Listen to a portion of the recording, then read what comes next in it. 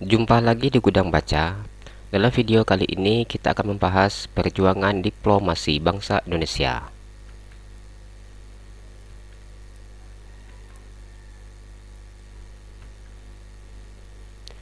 Mencari dukungan internasional. Perjuangan mencari dukungan internasional lewat Perserikatan Bangsa-Bangsa atau PBB dilakukan baik secara langsung maupun tidak langsung. Tindakan langsung dilakukan dengan mengemukakan masalah Indonesia di hadapan sidang Dewan Keamanan PBB. Tindakan tidak langsung dilakukan melalui pendekatan dan hubungan baik dengan negara-negara yang akan mendukung Indonesia dalam sidang-sidang PBB. Di antaranya adalah negara Australia, India, Mesir, Lebanon, Suriah, Saudi Arabia, dan lain-lain. Perundingan 10 Februari tahun 1946. Panglima AFNI, Letnan Jenderal Sir Philip Christensen memprakarsai pertemuan pemerintahan Republik Indonesia dengan Belanda untuk menyelesaikan pertikaian Belanda dan Indonesia. Archibald Kerr dan Lord Keeler dari Inggris bertindak sebagai penengah. Perundingan dilaksanakan pada tanggal 10 bulan Februari tahun 1946. Pada awal perundingan, H.J. Van Mook menyampaikan pernyataan politik pemerintahan Belanda. Kemudian, pada tanggal 12 Maret tahun 1946, pemerintah Republik Indonesia menyampaikan pernyataan balasan. Perundingan di Hochwald pada tanggal 25 bulan April tahun 1946. Perundingan resmi antara pemerintahan Belanda dengan pemerintahan Republik Indonesia untuk menyelesaikan konflik. Perundingan dilakukan di Hochwald, negara Belanda pada tanggal 14 sampai 25 bulan April tahun 1946. Namun perundingan mengalami kegagalan.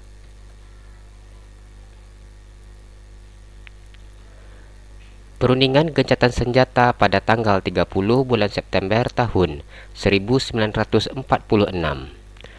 Banyaknya insiden pertempuran antara pejuang-pejuang Indonesia dengan pasukan sekutu dan Belanda mendorong diadakannya perundingan gencatan senjata.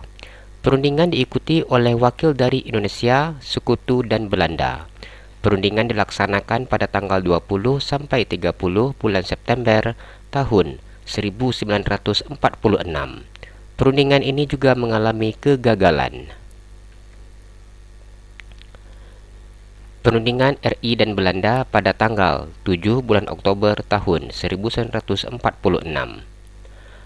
Lord Keeler mengadakan perundingan di rumah Konsul Jenderal Inggris di Jakarta pada tanggal 7 bulan Oktober tahun 1946. Delegasi Indonesia diwakili oleh Perdana Menteri Sultan Syahrir.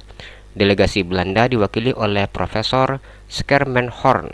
Dalam perundingan tersebut, masalah gencatan senjata yang gagal pada perundingan tanggal 30 bulan September tahun 1946 disetujui untuk dibicarakan lagi dalam tingkat panitia yang diketuai oleh Lord Keeler. Perundingan 7 Oktober tahun 1946 menghasilkan persetujuan gencatan senjata sebagai berikut. 1. Gencatan senjata diadakan atas dasar kedudukan militer pada waktu itu dan atas dasar kekuatan militer sekutu serta Indonesia. 2. Dibentuk sebuah komisi bersama gencatan senjata untuk masalah-masalah teknis pelaksanaan gencatan senjata. 3. Di bidang politik, delegasi pemerintah Indonesia dan Komisi Umum Belanda sepakat untuk menyelenggarakan perundingan politik secepat mungkin. Perundingan Linggarjati pada tanggal 10 bulan November tahun 1946. Pada tanggal 10 bulan November tahun 1946 di Linggarjati, Cirebon, dilangsungkan perundingan antara pemerintahan Republik Indonesia dan Komisi Umum Belanda. Perundingan di Linggarjati dihadiri oleh beberapa tokoh antara lain Inggris sebagai pihak penengah diwakili oleh Lord Keeler, Indonesia diwakili oleh Sultan Syahrir sebagai ketua, kemudian sebagai anggotanya adalah Muhammad Rum, Mr. Susanto Tirtoprojo, dan juga Dr. Aka Gani. Belanda diwakili oleh Profesor Schermerhorn, De Boer, dan Van Poel. Isi Perjanjian Linggarjati. 1. Belanda mengakui secara de facto Republik Indonesia dengan wilayah kekuasaan meliputi Sumatera, Jawa, dan Madura. Belanda sudah harus meninggalkan daerah de facto paling lambat pada tanggal 1 bulan Januari tahun 1949. 2. Republik Indonesia dan Belanda akan bekerja sama dalam membentuk negara serikat dengan nama RIS atau Republik Indonesia Serikat. Negara Indonesia Serikat akan terdiri dari Republik Indonesia, Kalimantan, dan Timur Besar. Pembentukan RIS akan diadakan sebelum tanggal 1 bulan Januari tahun 1949. 3. RIS dan Belanda akan membentuk Uni Indonesia Belanda dengan Ratu Belanda sebagai ketua. Perjanjian Linggarjati ditandatangani oleh Belanda dan Indonesia pada tanggal 25 bulan Maret tahun 1947 dalam suatu upacara kenegaraan di Istana Negara Jakarta. Perjanjian Linggarjati bagi Indonesia ada segi positif dan segi negatifnya. Segi positifnya adalah adanya pengakuan de facto atas Republik Indonesia yang meliputi Jawa, Madura, dan Sumatera. Segi negatifnya adalah bahwa wilayah Republik Indonesia dari Sabang sampai Merauke yang seluas Hindia Belanda dulu tidak tercapai atau semakin kecil. Komisi Tiga Negara. Pada tanggal 18 September tahun 1947, Dewan Keamanan PBB membentuk sebuah komisi jasa baik. Komisi ini kemudian terkenal dengan sebutan Komisi Tiga Negara atau KTN. Anggota KTN terdiri dari Richard Kirby, wakil Australia, Paul van Zelen, wakil dari Belgia, dan Frank Graham, wakil Amerika Serikat. Dalam pertemuannya pada tanggal 20 Oktober tahun 1947, KTN memutuskan bahwa tugas KTN di Indonesia adalah untuk membantu menyelesaikan sengketa antara Republik Indonesia dan Belanda dengan cara damai. Pada tanggal 27 Oktober tahun 1947, KTN tiba di Jakarta dan memulai pekerjaannya. Perjanjian Renville, tanggal 8 Desember tahun 1947 sampai 17 Januari tahun 1948. KTN berusaha mendekatkan Republik Indonesia dan Belanda untuk berunding. Atas usul KTN, perundingan dilakukan di tempat yang netral, yaitu di atas kapal pengangkut pasukan Angkatan Laut Amerika Serikat USS Renville. Oleh karena itu, perundingan tersebut dinamakan Perjanjian Renville. Perjanjian Renville dimulai pada tanggal 8 Desember tahun 1947. Hasil perundingan Renville disepakati dan ditandatangani pada tanggal 17 Januari tahun 1948.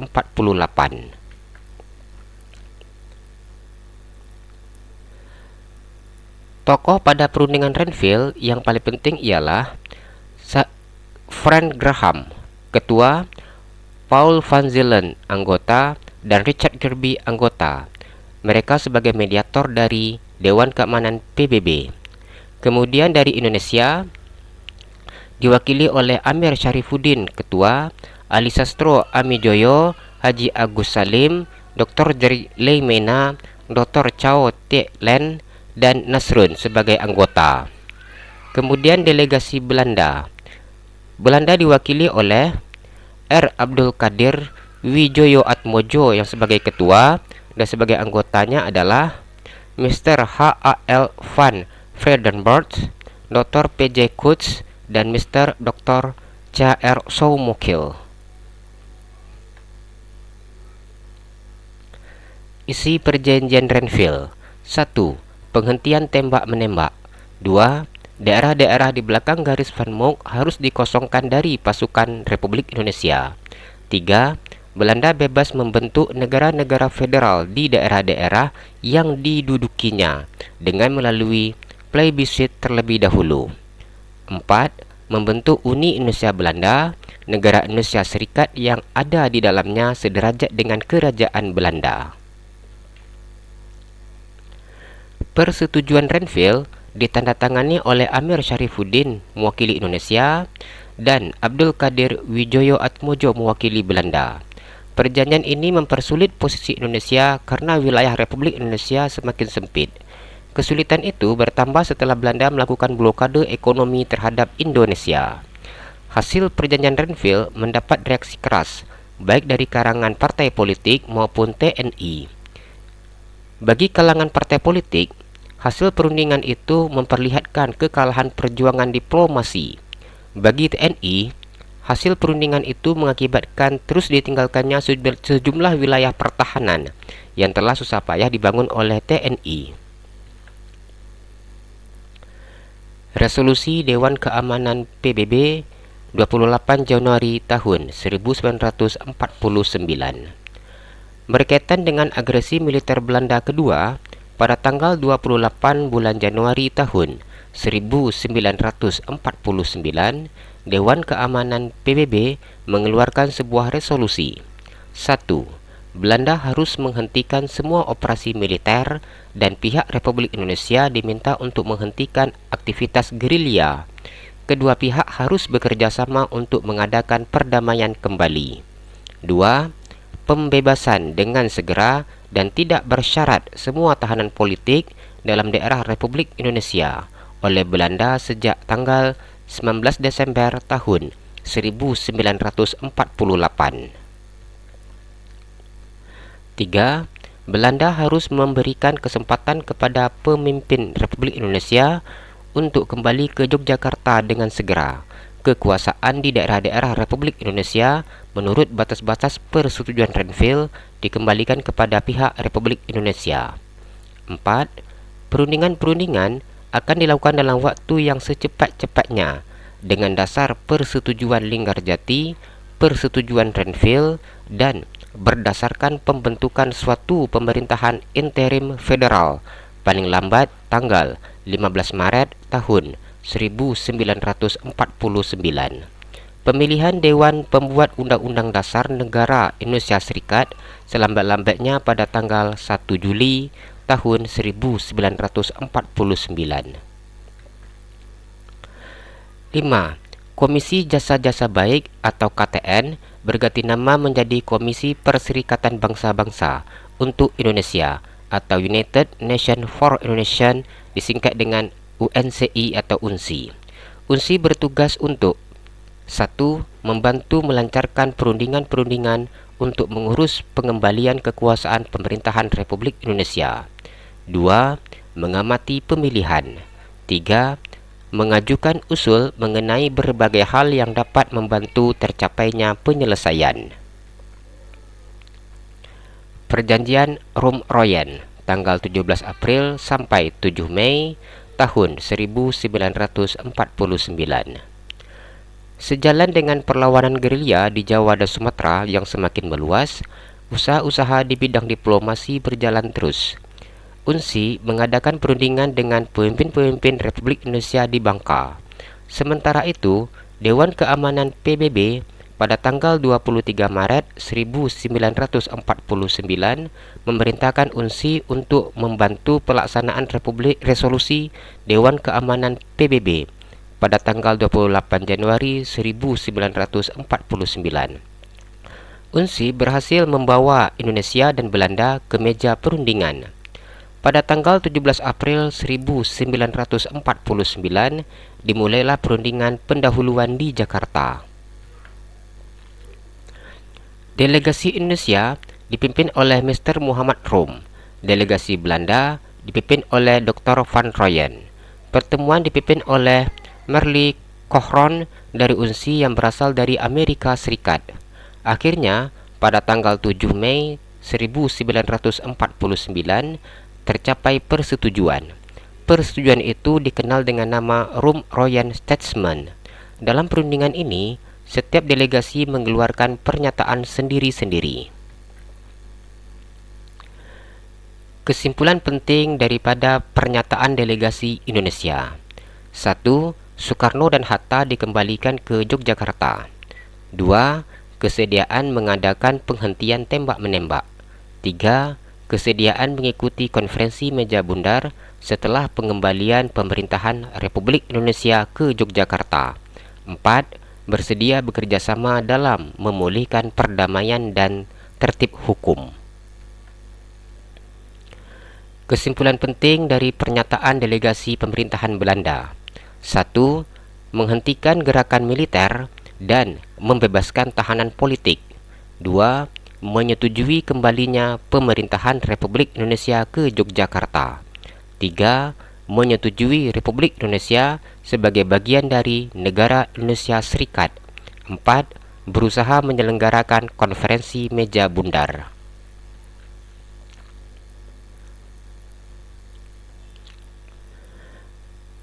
Konferensi Inter-Indonesia 19-22 Juli 1949 dan 31 Juli sampai 2 Agustus 1949.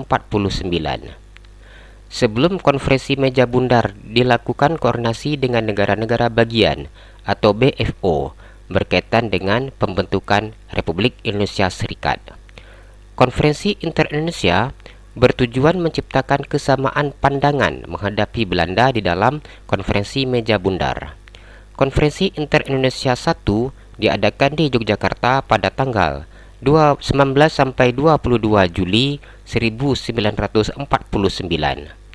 Konferensi Inter-Indonesia 1 dipimpin oleh Muhammad Hatta.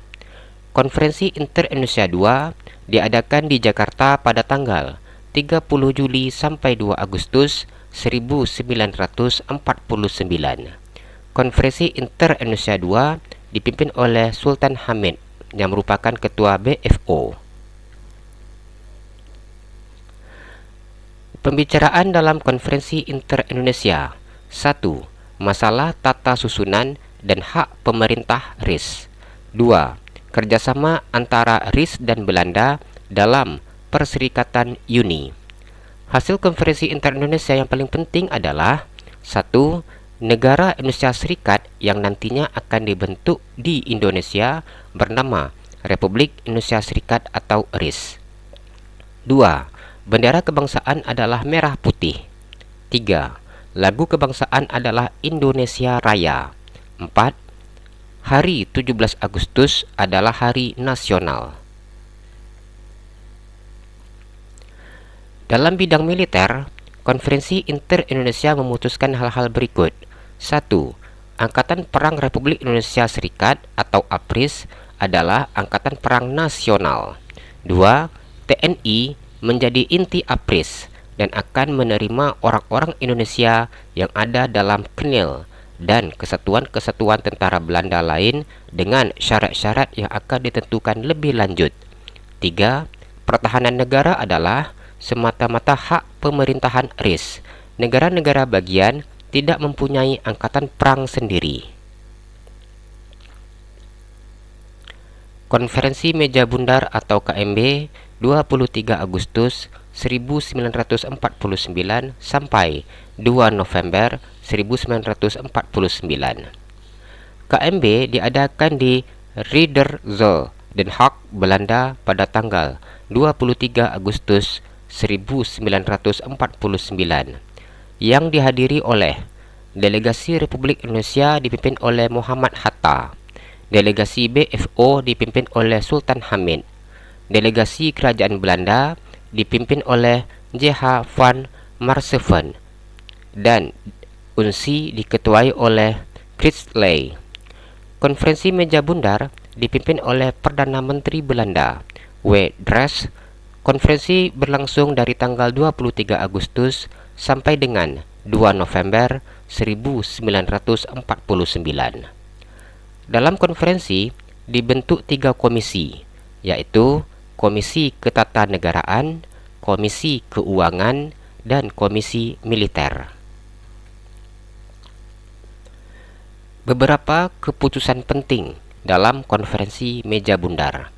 1. Belanda menyerahkan kedaulatan atas Indonesia sepenuhnya dan tanpa syarat kepada RIS. 2.